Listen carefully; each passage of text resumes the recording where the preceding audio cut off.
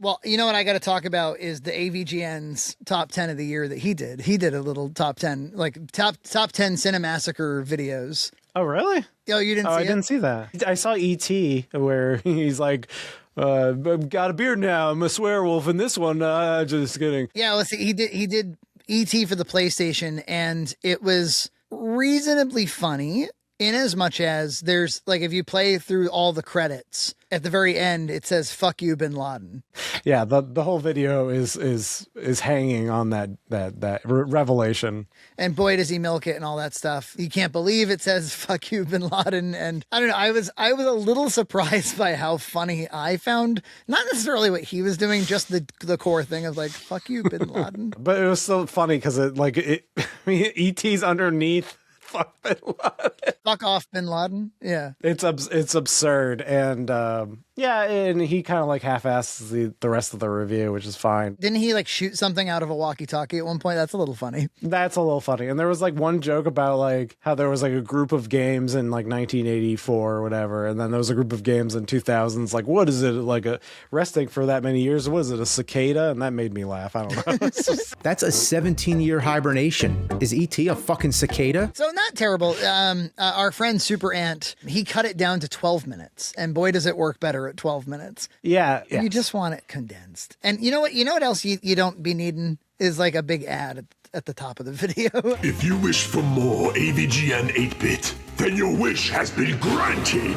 Presenting Angry Video Game Nerd 8-bit Endless Challenge. I know we've talked about this before, but getting right into the comedy, it really matters for the video, in my opinion. I don't mind the beard either, you know. You got to mix it up. There's more information for you about the beard. But also just on the topic of E.T., just real quick, while he was going through like the history of the special edition of E.T. and all that DVD that came out, right? They said "fuck off, Bin Laden," and he was like, "Oh, like in the original version, he said you're not allowed to go out as a terrorist." And that's right. That's a good connection. That's a good connection to make. No, and that is final. You are not going as a terrorist. No, I mean it. You are not going as a hippie. I was like, you know what's funny? Nobody cares about the E.T. special edition nearly as much as they care about the Star Wars special edition. And then the other thing he commented on is how he had the special edition on DVD, but it doesn't say that anywhere on the DVD that they made changes to it. Weird. It was a stealth edit. Yeah, so it was like rolled out differently than Star Wars was almost. Like it wasn't, but in some ways it's more offensive. Like you replace the guns with walkie-talkies. The first thing that happens in this top 10 video is James appears in a bar. It's in his house. He has a home bar. Something Jason Graves keeps pointing out. He's like, this guy's got a room for everything.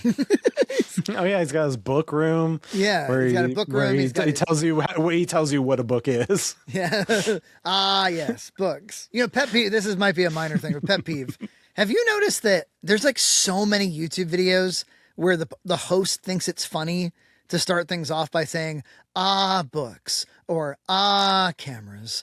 Oh, the French. The French. French champagne has always been celebrated for its excellence.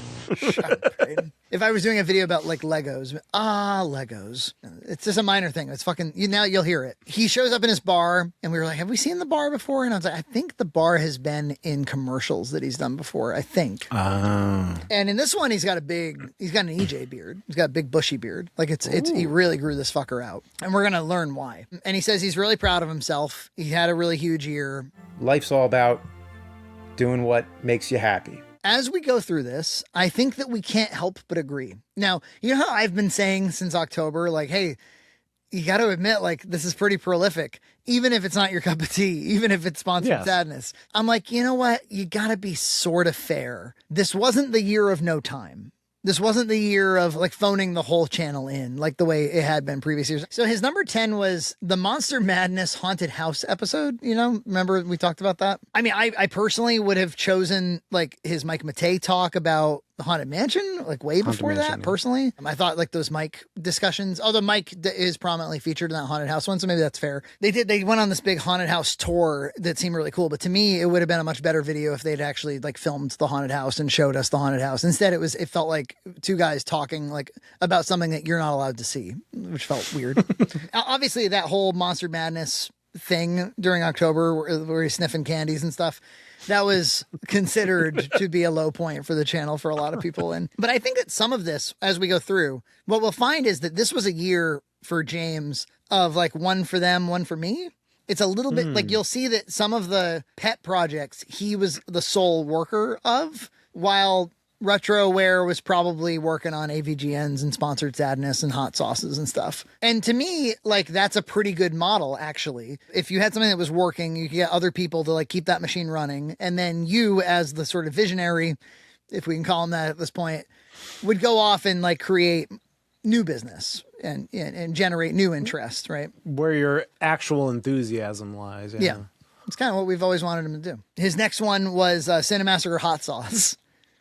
He loved, the project of releasing a hot sauce, right? Yeah, we're not starting off strong here. And he shows a bunch of footage of him having a hard time eating the hot sauce, which is where I came up with the idea of like, we got to do a hot ones with John. He did I love film noir. That was the next one. I found the video boring myself, but a lot of people love that video. We got comments, tons of comments that were like, I really like the film noir video. He talks at length. One thing about this video is he's going to let you know how hard he worked.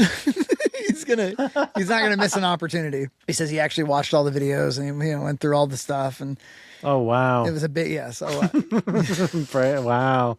Good job, James. You did it. Next up was Metroid, AVGN Metroid. That was a fine video. People seem to like it. I personally didn't like it. I thought it was like, okay, you're just talking about Metroid. Yeah, it was pretty by the numbers. He actually says, if you can fucking believe it, in this video he goes, it reminded me that sometimes it's okay to play a good game.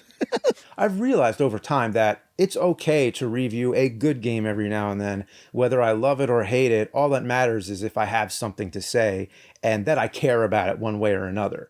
Have we forgotten? God bless his heart. Next up, Mario Paint with Guar. Again, not my cup of tea, but you got Guar and you did Mario Paint. I don't, points for novelty, I suppose, right? Yeah, I mean, it's kind of if you're into that. Next up, AVGN Werewolf. And I thought this was the best AVGN of the year. This is the one with the cool makeup. Yes. There's a glimmer of Cinemassacre 200 in this, where he goes like, well, we wanted to do the cross dissolve into the mask thing, but to do that, you have to always be in the right part of the frame. And so we put some cellophane on the TV and drew where I was. And then, I was like, okay, that's very like Cinemassacre 200. That's cute. That is pretty good. Yeah, some of the sketches in that worked for me better than the game review. The game review felt very just like, okay, an NES game. Not a bad episode overall. I thought that honestly, probably like the better AVGN in a while for my money. Yeah. In other words, if that one had come out during a time where the mask had not slipped, the mask of time had not slipped. The Mask of No Time. Like if it had come out during a time when he was at the height of his powers. Next up is, and this is the big one, we're gonna dwell on this one. You probably didn't watch it. He did a video in his room where he defines books about, which Nina keeps pointing out. She's like, did he rip off Levi? It looks an awful lot like Levi. The shirt's a little bit open. Which movie version of Frankenstein is the most accurate to the book? It turned out it was some Hallmark one. He did the same video for Dracula back in, 2019 or something. It's a big in-depth thing. You have to watch all these movies and for him, it's a big deal because he has to write down time code and it's probably some complex James Rolfe. God. You can use like AI now to just. I know, it's my first thought. I was like, you get the transcripts and you're like, oh, where was that part? And you can find it easily. But there's no way. This dude's not using text-based editing. Remember when people were like, I wonder how much of Gnome Cave is AI written? I'm like, zero. Zero. None. Not a bit. So you can at least love him for that he abstains. So you know how I said a minute ago that we got a little bit of Cinemassacre 200 in the werewolf one? In this one, we get a little bit of BTS 2001. Oh, nice. More than a little, actually. So I would call it like a spiritual sequel. This project was so hard. It took me months. It really should have taken 3 months, but I crammed it in a month. And it was a sleepless nights, and I did nothing but work on this Frankenstein video. So then it was gathering all the clips and images and getting the right freeze frames for each and every one of those topics.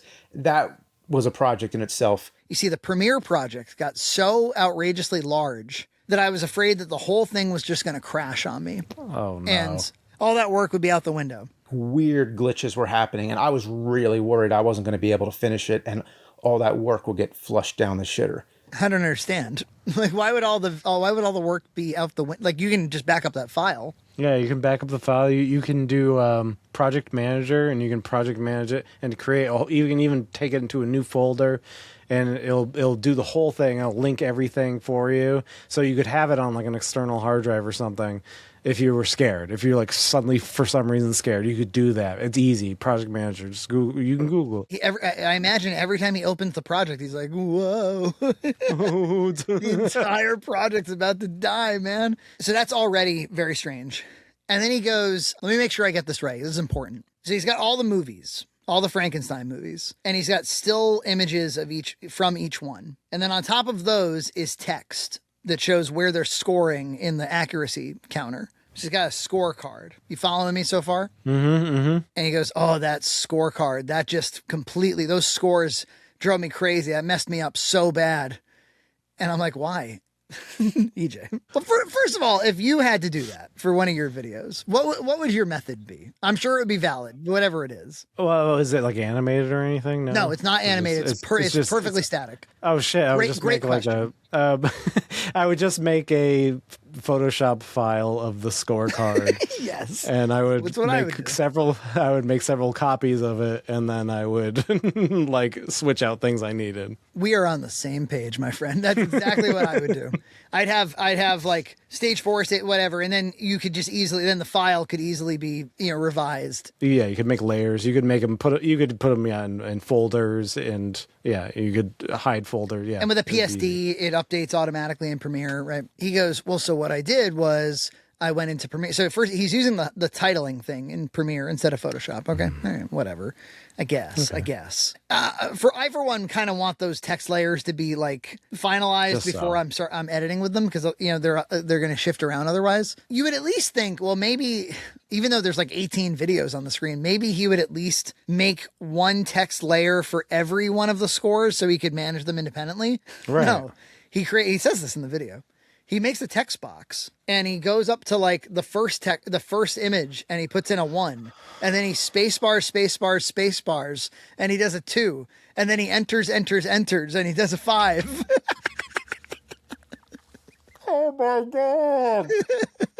You can in Premiere you can actually make different text boxes in the same graphic, separate text boxes for each thing. There's no easy way to do it, at least not to my knowledge. You do not need to like treat it like a fucking Word document. So he's going like, and so, and then the scores would change, and that would mean, and all the numbers would be all fucked up again. And he's like, and it was causing me so much pain and suffering. And the project was on the brink of permanent loss. and then he drops this one on us. He goes, and he says with a smile, he goes, honestly, the whole, I was so obsessive, I stopped shaving, because shaving was just slowing me down. I mean, this video is probably the reason why I stopped shaving. I just got tired of it. It was slowing me down. Seems like people unanimously like it too. So that is the reason for the beard. Seriously, no time. Yeah, it is. He had no time to shave. I thought it was like, I'm going for a new look, like I'm balding, maybe we'll do that. I hope it was like a joke, but I mean, it's said with a degree of humor. All I know is this: I would love to sit over this dude's shoulder and stare at his editing workflow and just be like, I mean, I do it at work sometimes. I'll help somebody with a problem and I'm watching them work and I'm like, so you can't get anything done. You can't fucking I would get 50 things done in the same hour that you're getting one thing done. This is crazy.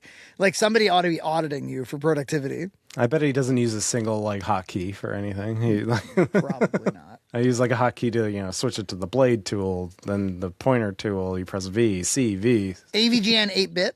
Hey, look, he didn't make it, and it's not a great game. but It's a video game. It's also not a horrible game. Like, I could play it, and maybe I'd play it again, like, for kicks, but yeah. It has the cutscenes and whatever. My point is, it's some of these are big projects, and these are not all projects. These are only 10 projects. So some years we've been like, were there even 10 projects that he could list? And this year, like, there's many more than that. There's a bunch of AVGNs. I think he did 8 AVGNs this year. And then Rex Viper, the series of music videos he did over the summer. Now, we all know that Rex Viper's not the best. And we all know that it doesn't have the best retention. But and we know that the music is not our favorite. I will say this. Not all. Some of the music videos was somebody standing with a cell phone, like, and it looked bad and it sounded bad. But some of them, were like in-depth claymation, or one of them was them busting through the video room. The game, the video game store, yeah. Video game store, or the movie store, whatever it was. I thought some of the music videos, like, it was certainly, at the very least, they were hard to make. I don't know. Like they yeah, they're complex, some of them, yeah. Like you gotta, I don't know, like 10 of those things, or however many of them were complex, like maybe 5. You're doing that, you're doing Monster Madness, you're doing AVGNs, you're doing Frankenstein, you're doing film noir, you're doing a video game, and then finally you're doing Gnome Cave. Gnome Cave is his number 1. You wrote a book. Yeah. Again, not my favorite book in the world. But I'll tell you this, I had a lot of fun talking about it. Oh, absolutely, yeah. And I wonder how many he sold. That'd be interesting. That'd be fun. Can RetroWare make a Gnome Cave video game though? That's the real question. It wouldn't sell even one copy. I'm afraid, but I would definitely buy it. It could be like a Five Night at Freddy's, but in the Gnome Cave. Best of luck with your own projects or endeavors, and Happy New Year.